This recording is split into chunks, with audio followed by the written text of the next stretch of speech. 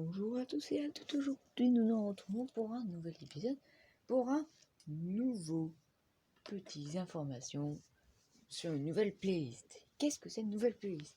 Cette playlist ça sera spécialisée sur la technologie.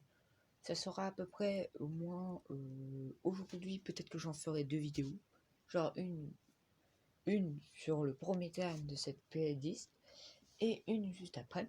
Mais bon, aujourd'hui on va parler des speedruns. Qu'est-ce qu'un speedrun? Speedrun, dont son nom, est composé de deux mots différents. Speed, donc rapide, et run, courir. Donc courir rapidement. Les speedruns sont utilisés pour montrer comment on est le plus rapide et de façon différente. Il en existe plein de thèmes.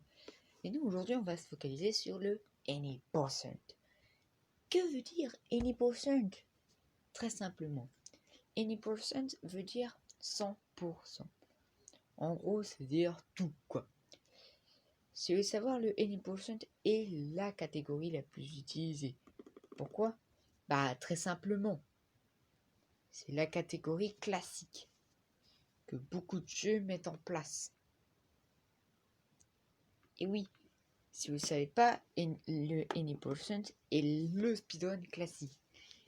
Mais comment on constitue un speedrun? On constitue un speedrun grâce à des bugs, des glitches et la chance. Mais aussi aussi au mouvement des ennemis. Et ça, c'est un peu plus dur. Il existe plein de speedruns sur des jeux différents qui sont plus ou moins méchants, moins trucs, etc. Il y a moins de bugs ou moins de glitch. C'est-à-dire que les jeux sont plus en plus réussis et sont plus en plus durs. Sur les 100%, vous les verrez toujours plus longs qu'un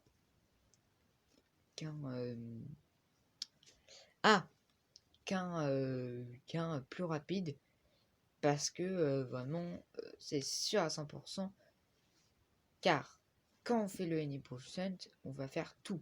On doit avoir tout. Par exemple, sur Mario Sunshine, on doit avoir toutes le soleil. Sur d'autres jeux comme Diablo, il faut tout faire, tous les ennemis, etc.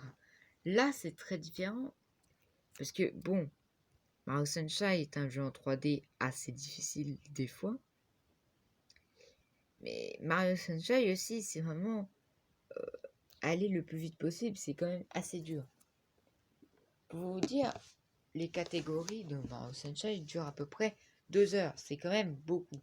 Si vous voulez savoir, je pense que la catégorie la plus rapide dure moins longtemps. C'est-à-dire celle classique. La classique, en fait, c'est celle-là où il faut aller juste le plus rapidement sans aucune plainte. Là, il faut faire un 100%. Il en existe plein de bugs aussi. Donc ça, c'est pas mal. Dans des jeux où il n'y a pas beaucoup de bugs comme Cuphead, et ça complique un peu le tout. Mais il y a quand même quelque chose à savoir. Dans ce jeu, qui signifie à Cuphead, il y a un bug. Il y a des bugs quand même, pas plutôt des abus techniques. Et le jeu devient très vite facile. Là, par exemple, c'est un 100% le plus rapidement. Mais c'est un 100%. À essayer. Le jeu est difficile, ça c'est sûr que Cuphead, il est difficile. Mais bon, ce qui va pas, c'est que vraiment, quand on compare à des jeux comme Skyrim, GTA, ça va plus long. Fallout 3, c'est long. Ça dure à peu près 2h52 comparé à d'autres jeux comme par exemple genre 5 heures pour World Record, le World Record de Zelda Awakening HD, c'est quand même beaucoup.